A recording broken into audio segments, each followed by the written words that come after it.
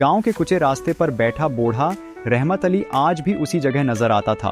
वक्त ने उसके बाल सफ़ेद कर दिए थे, मगर उसकी सोच अब भी वहीं उटकी हुई थी जहां बरसों पहले उसके साथ नाइंसाफ़ी हुई थी।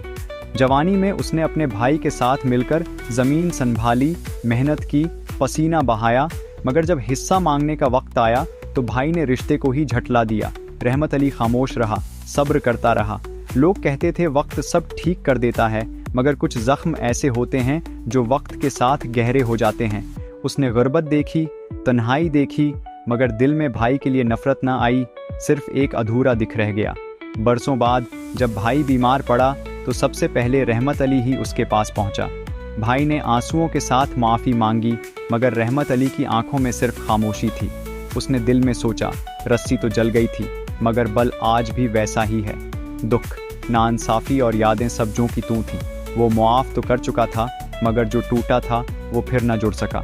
कुछ कहानियाँ ख़त्म हो जाती हैं, मगर उनका दर्द ज़िंदगी भर साथ रहता है।